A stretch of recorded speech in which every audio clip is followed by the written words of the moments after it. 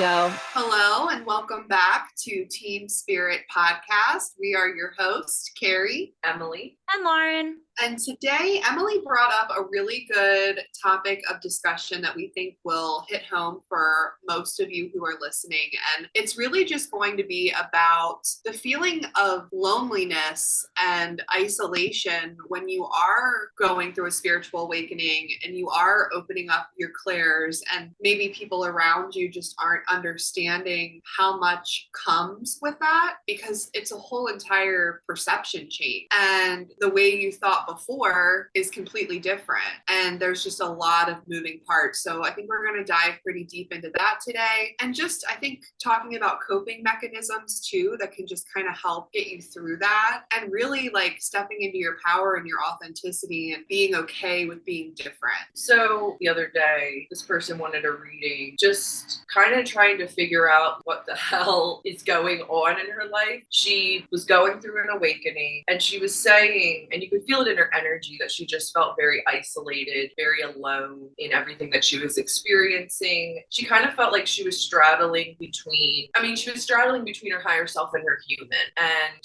I think what she was struggling with was like trusting that what she was getting from spirit was actually real.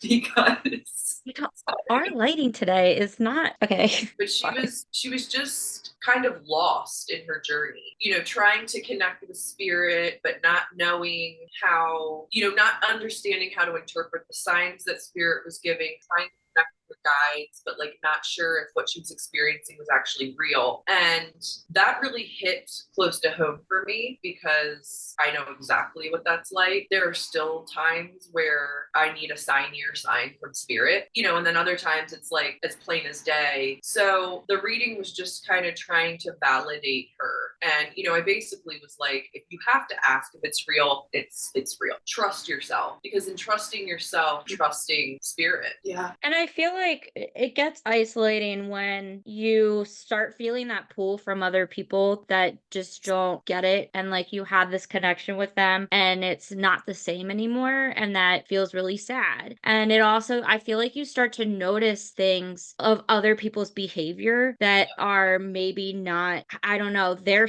really in their human. And I feel like last year was this big shift in people being more awakened to the universe and opening. And so there was this big shift, but then there was a bigger gap between those who haven't. And like the last couple of weeks, I have just seen like this energy of people trying to, I don't think it's conscious, but there's so many people that are making other people feel small, or like, and I think that's to make themselves not feel so, I don't know why it's happening, but I see so many conversations diminishing people's for the things they like, they get excited about, or everything just seems to be so negative right now. And I think it feels even more negative when you're going through the awakening and you already feel alone. We're already in winter. Like you already feel isolated in your home when you can't like leave because it snowed or whatever. And then so we go to social media for this place to kind of feel connections. And then when all we're feeling is people talking shit, or like if you ask a question, you're being attacked and people call you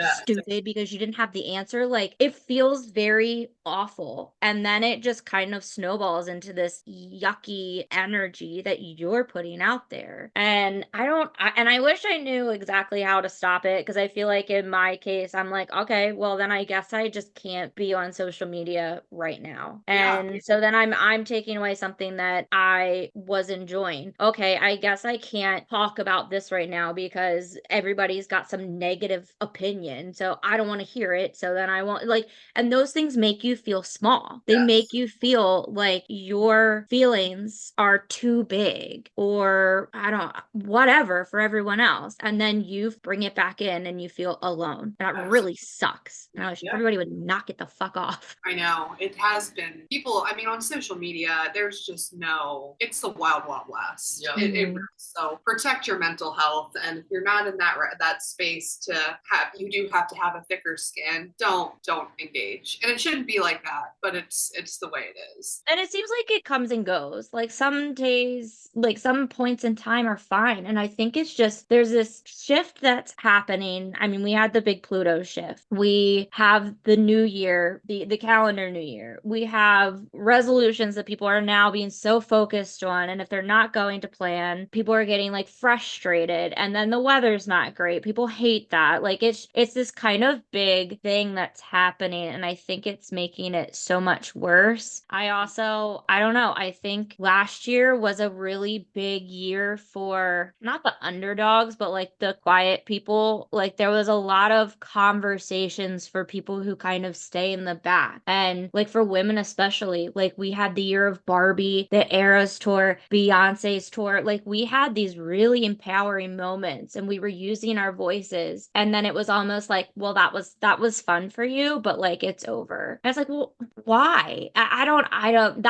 Those are the things that I'm seeing as our excitement. And I don't know, that it was too much. Yeah. And I think it's really sad, especially for like the young girls out there who are on social media and seeing this shit. I don't know. Yeah, you just can't like live your life. Yes. Yeah. Without someone having an opinion on something. Well, the bottom line is misery loves company. Yeah. So just keep that in mind. It's like if somebody, and like just kind of going back, because I know for me, my first awakening was probably 2019. Well, I think I've had a few mini awakenings, and then this last one was like the awakening. But you have to be very, not careful, but there is something about when you are awakened or woke or whatever you want to say to a new reality. It's a totally new reality. Nothing like you've ever experienced in your life. And like you said, you start to notice things about people, but you can't forget that up until this point, you were also, it's not their fault. Yes. Like you were also in your human. Yes. You are not better than the people that maybe aren't awakened. And I will be the one to tell you that. You're not better. And I went through that. I thought I was better. And it just goes back to all religions, all cults, all of like this feeling, this ego of like, oh my, I've been awakened, therefore I'm better than everyone else. And I'm going to be the first one to tell you, you're not.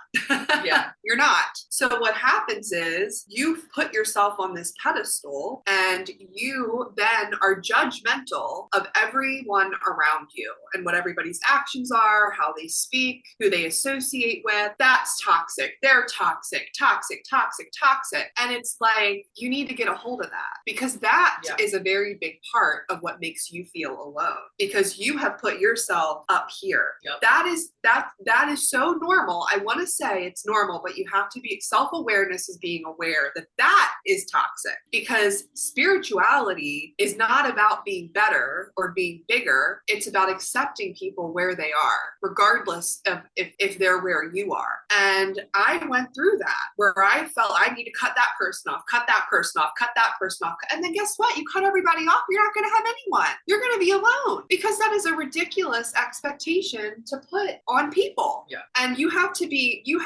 now there's a difference between saying, okay, that person really hurt me. But it's not like, okay, you were just vibing and now you're awakened and then you're like, oh, I don't like that person anymore. That's not okay. That's not okay. And you have to be aware of that. And then it's like, so that's like phase one, I feel like, the ego. The ego is huge. And then you get into another awakening where you feel like you're not shit. Yeah. Because you were so high and you were absorbing that toxicity of your thin air up there that you come crashing down. Mm-hmm. And then you're depressed. Mm-hmm. And then you're isolating from everyone because you feel like you're not worthy. So it's a roller coaster. Yep. Mm-hmm. It's a roller coaster. And it's like at the end of the day, you have to stick to the basics of what spirituality is to you. Don't worry about what everybody else is saying spirituality is. Don't observe, but don't absorb. Like that is my mantra. When you're on social media or you're hearing how this person does their spirituality, there's so much out there. there. There's no right way or wrong way. There's just your way. And your way isn't better and your way isn't worse. It's just your way. And that's okay. But it can be a really slippery slope. And I also think too, to a degree, when you're going through an awakening, it's a shock to your system. It's a shock to your human. Like your human doesn't understand what's going on. So, you know, it's normal to feel all of these things. And it is hard to realize like, wow, I have been surrounding myself with people that maybe I don't align with anymore. But it's how you go about that. You don't cut those ties just to cut them because you feel like you're better than that. You just have more compassion and understanding because we've all been there. Does that make sense? Yes. Yes. And it's like you said earlier, it's how you choose to engage. Yeah. Because if you can engage in a more empathetic way for those that you feel they haven't gone through their awakening, and you see that. You can choose to not engage in the people who are going through their awakening and they're too high up, or the people who are just not interested and they're just being mean.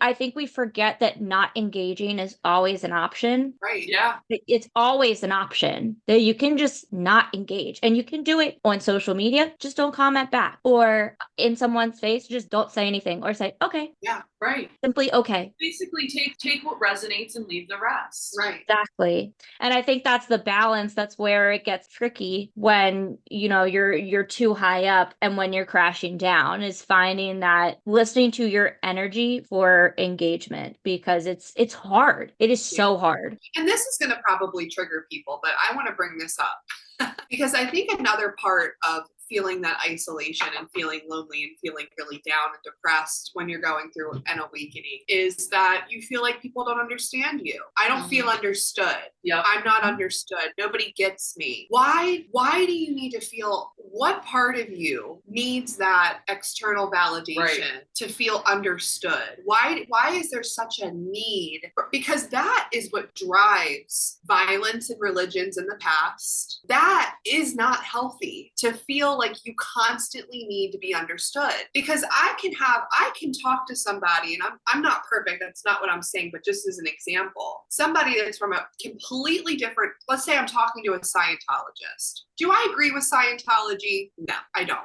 It's not my faith. I don't get it, whatever. But I can still hold space for that person and be respectful, because it's all about your energy, right? And not necessarily have to understand where they're coming from. I don't have to understand it. It's not my job to understand it. It's your job to understand what it is that you want and your belief system, because it's going to look different for everyone. You're not going to learn things that maybe you do align with if you're not listening. If you're not holding space for people who aren't like you, you'll never learn anything. Right. But here's the opposite of that. When you're talking to someone that either you don't necessarily agree with or they don't necessarily agree with you, and instead of holding space, you or they attack the other one. Like, oh, that's stupid, or oh, that's ridiculous. Right. That's wrong too. Right. Yeah. Stop mocking other people's beliefs and how they understand the world and how they perceive the world. Right. Because I mean, my in-laws don't necessarily understand the things that I'm doing. They're very religious, but they've never once made me feel small because of it, or that what I'm doing is wrong. Even if their beliefs tell them it's wrong, they love me. Right. It's not about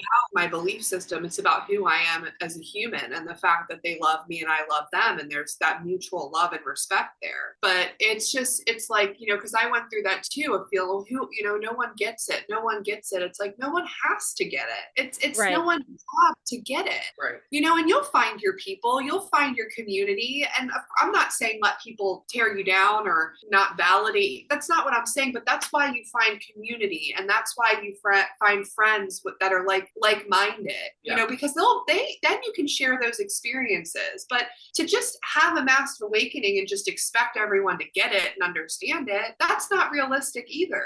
That's not realistic. And it's fine that not everyone in your life is that community for you. Like sometimes it's nice to have that community to lean on, and then have your friends and family who don't get it and just kind of, you don't have to be in an awakening 100% of the time. Like we're human, and it just doesn't work that way. And like you said, Carrie, when you are acting like that is when you will cut everyone off, because you will truly be alone, because you just think that this is it now, and no one who gets it can be here in my space. And you're in dangerous territory. Dangerous territory. And I have been there. I have been there. I have. I will be the first to admit. And guess what? It was 5 of wands, conflict all around me. Not healthy energy whatsoever. And who was the common denominator? I was. And that's a hard thing to acknowledge. Like, that takes a lot of self-awareness. And it's also, I mean, it's not even just you cutting people off. When it gets to a point that people feel like they can't even talk to you because now I feel small because of your judgment, I'm gonna probably cut you off too eventually. At some point, I will see my worth and that it's not based on your judgment. Right. I mean, I know a couple people on this app that are going to be very, very, very, very alone. And I mean, cutting people off left, right, front, center. I mean, it's crazy, but to each their own. What do you think kind of leads, like, is the first straw of when they start cutting people off? Like, where does it start? Like, you have your awakening, you start to feel good about the choices that you're making, and things finally seem clear. And then where do people need to watch out for those signs?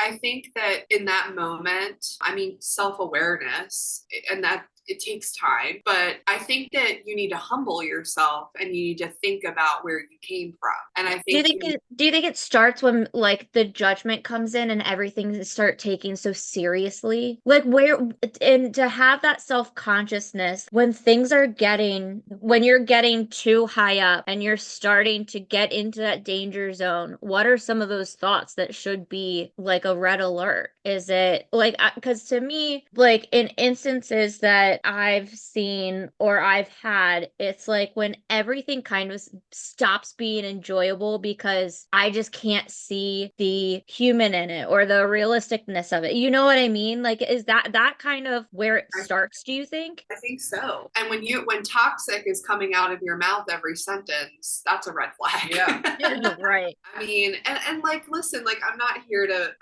I don't want to make people feel worse who are feeling like they're alone, but we all have a role to play and we all have our own responsibility for ourselves. Yeah. And I think that that's important. And I kind of wish that somebody would have said those things to me, before I caused mass chaos in a lot of my relationships. And then, of course, there is also the side of it where you're essentially detoxing a lot of energy that no longer aligns with you and your higher self. So that's also happening. There's a lot of like energetic work at play when you're going through a spiritual awakening. And there are side effects of an awakening, like physical side effects of an awakening. So it's normal to feel crappy. Like, I'm not saying that that's not normal. That's completely normal because it's like Emily said, you're that in between. You're in that in between. But the point is to stay there. You're not trying to escape that. Balance. You don't want to, you didn't come to earth to be 100% your higher self. Right. You came to earth to be a human. To have the human experience. Yeah. And I wanted to touch on something else because we keep on talking about self-awareness. I was just talking about this with someone yesterday where I personally feel like I'm so self-aware and aware of my surroundings that sometimes it's my burden. Like, I feel like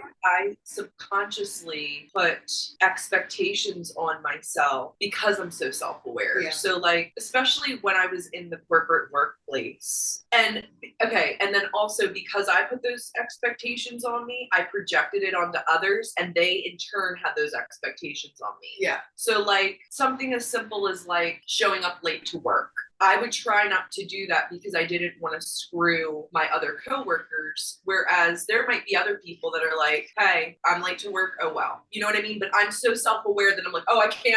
So then in turn, if I ever was late to work, because I had that expectation and was projecting it, then the boss would be like, Emily, why are you late? Whereas for somebody else, they wouldn't even notice. Does that make sense? Projecting that, but I'm never late. I'm always here because that's what's expected of me. Right. And then somebody else being late who doesn't have that same awareness triggers you. Yes. Yep. Yes. That when you are aware of yourself and you notice other people's, it can be extremely triggering. I have that that is something I really struggle with. One, because especially when I see it and they're not self-aware in a way that's hurting other people. Yes. I don't handle it well, and I tend to then feel really harsh towards that person. And sometimes I think it's validating if you're hurting someone else and you're not even aware that you're doing it. Like, I don't that's, I mean, I guess that's a narcissist, but like Carrie said, that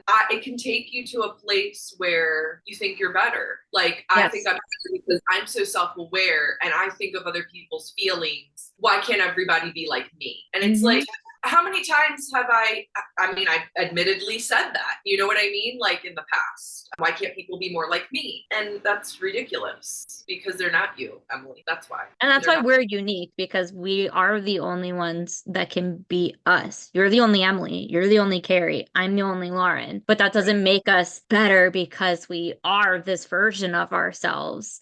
And we've talked about it before, like judging people by their old versions of them is not fair either. We do things when we're younger or less experienced that are embarrassing, and they don't reflect me now. Oh, they don't. I'm not that person anymore. And like those values I didn't understand or I didn't have then. And yes, you are always you. Like that was still me, but that was a different version of me. And I have learned and I have changed and I have adjusted. And I think it's unfair when we like throw things out about like, oh, well, this person used to be like who fucking cares? That's not, are they still like that? Because if not, who cares? Right. Nothing but the present moment, baby. Right. And I think going back to what we were talking about earlier, that like why does everything have to matter so much? Like everybody cares so much about things that really don't matter. And things that like have nothing to do with them. Right. Yeah, doesn't change your life. I don't understand if why it's worth getting so bent about things that don't affect your day to day. Well, it's so funny because as you say that, the first thing I think of is the heartbreaking loss that the Ravens just endured on Sunday. And we were over my brother's for a football party, and diehard Baltimore Ravens fans, like my whole entire family, and my dad and my brother. The testosterone was testosterone-ing. Let me tell you, after that loss, I mean, F-bombs were flying, angry, clenched fist, banging on the bar. Like it was horrendous. And I mean, I was upset. Like, don't get me wrong. Me too. I was 4 beers in and maybe a shot of tequila, and I definitely was pissed. Yeah. But my mom said something. She's like, "Is this going to affect anything to do with your life moving forward? Like, are you still going to wake up tomorrow and have to do the same shit and have to work and have to like life goes on? It literally goes on." And I was like, "Dude, you're right." And it very much could actually start affecting your relationships. Yeah. Like if like you act so poorly and I don't want to experience that, I'm not gonna hang out with you in those moments because like it's uncomfortable. And I think it's what's that? With my dad and my brother, I mean, I grew up with that, but I just think it's funny. But oh my gosh. Well, in some cases it is funny, and then in some cases, like I have seen the videos where like someone smashes a TV. Oh yeah. And I'm like, are you okay? Yeah. Are you okay? Those are, it's one thing, you know, when you love something and it doesn't go to plan, of course we're gonna be mad, we're gonna be frustrated. But to do damage to things or someone else, like that's well, also I feel like a lot of people, not a lot, but some people showed their true colors after that game on social media, off social media. Some people really, and it's like it's a game. Right. And that's where I think it's scary. I mean, I'm right. They're gonna eternity. They're gonna right. You were one of the final 4. You made it this far to be able to, like, you know, perhaps 54 other teams. Right. 52 not as other a wild card. The last time was as a wild card. Like you actually made it. And it's very interesting. I am not a big NFL fan. It's all my husband is. Every Sunday it's on in the house. So like I'm aware. I I now understand because listen, I'm here because Taylor Swift is here. Like, I'm really enjoying the moments that I now get to share with my husband that we didn't share before, and with my dad. My dad and I, we have texted about football and had conversations. Like, this was a bonding that was able to happen from like an outside source. And so like when people are like get so pissy about it, I'm like, but why does it actually negatively affect you? Like, and it's fine for whatever reason if it does, if it triggers you in some way, I'm sorry. But for other people, this was a really positive experience. And now I understand, like, every year if I see a football player crying, I'm like, Mark, like, they make so much money. Why are they crying? And now I get it. Like, I see these things happen. And I'm like they're putting everything into this, right? Their Yeah. energy. Right? But then also they go, okay, they learn and they move on for next year. And like, I think it's so funny as fans that some people just can't do that. And I've now, like, really seen some conversations that are just so uncomfortable. And then I'm like, do I want to like keep hanging out here? I don't know. Even some of the players like have said things after the game has taken place, and it's like, ooh, you know, like, I don't know that I respect you anymore. I mean, and you're saying this about like we said, a flipping game. It's over. It's done. I also realized it's Aquarius season, and that makes total sense. And I'm sorry, our Aquarius followers, but you guys are chaos. That's my moon. Yeah, it's in Aquarius season, so that's the moon cycle that we're in. No, it's not the moon cycle. It's a sun cycle, isn't it? Yes, it's a sun cycle because that's Mark's on Aquarius, and Moon's his birthday is February 12th. Yeah, so like your birthday, if you think of your birthday and where like your sun is your birthday sign, that's how you remember it. So like Mark is an Aquarius sun, so it's the sun. Yeah, and then what's the opposite of Aquarius? Is that a Hold on, let's do math here. So it's Leo, I think. I'm gonna Google it because that's a lot of brain power. I'm not good at math, and counting back months is also not on point. It is Leo. Oh yeah, because the moon was just in Leo. The full moon was in Leo. Yeah, that's my rising. Yes, that kind of explains the little chaotic energy that's happening. Anyway, back to the NFL. the NFL and our big egos, and I don't know, man. I think, the cool part about us all being different, I think, is learning about new things and just be like, you don't have to convert everybody to like the things you like, Oh, yeah, no. Right. And I think, and maybe that's where we get tripped up. And I think a lot of it is excitement. I think a lot of us are really excited at things we like. Yeah. And that is wonderful. I love when people get excited about things they love. I saw this TikTok and this man explained kind of what we're talking about perfectly. So he was talking about like different perspectives and realities. And he was basically saying the physical doesn't change. So we're all on Earth, but the way that we see the world can be completely different. And because of that, you may be living, like, your reality may be completely different than someone else. Like, what someone else is experiencing, you may not be experiencing at all. And you're kind of like, well, that's not part of my, you know what I'm saying? Like, it's all about what's in the mind. The antenna. Yes, the antenna. Because he was talking about New Earth or whatever, the awakening and the shift or whatever. And he was basically like, it's not a matter of a split where some people go here, some people, like, that's not what it is at all. It's more like a perception. Like, people that are awakened have a certain perception. People, we all have different perceptions and realities. So we're all on the same plane. It's just the way that we view the world is completely different. Yeah, and it's fine that people don't see it how you see, and it's fine if you don't see it how they see. And I think maybe that conversion of that, trying to convert people, it seems to be just so many different trip ups where people can fall into the realm of isolation, because I think it starts with like a conversion. Well, no, like, I see this and you need to see it now too. And then it's like a not understanding. Why can't you understand this? Why can't you be what I be? And then it's annoyance and anger, and then it's isolation. I think it's just like snowball. I think the more that is kind of like know your audience. Like if you know that a certain person in your life is not open to the things that you're open to, or doesn't have the same beliefs, then maybe you just don't talk about that with that person. Right. Right. And then you know the people that you can talk about that with. Like for instance, me, there's nothing that anyone can tell me that I would think you're crazy or weird, because trust me, I've experienced crazy weird shit where I feel like I'm nuts. But there are other people that are a little more, I don't know the right term, not conservative, but a little more in the box, black and white, and that's okay. You don't need to talk about those things with that person. Kind of know your audience. And it's also fine to put down your boundary of, I can't discuss this. And you can say why, or you can just be like, listen, this isn't a conversation I can have right now. Right. And Absolutely. there's nothing wrong with that. And it also doesn't mean that you're cutting off all conversation. It's not like, I can't talk to you right now. It's, I can't talk about this right now. Okay. Right. Okay. Because I'm all about, I believe in the aliens and the ETs and all that stuff. And some people look at me like I have 8,000 heads, and that's okay. They don't have it. They don't have, and we don't have to discuss it. I have people that I can discuss it with. But yeah, it's kind of like knowing your audience.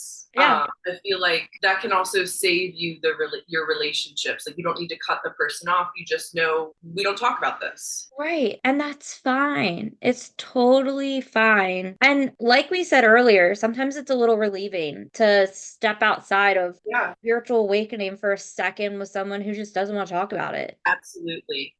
That's the nice balance. Right.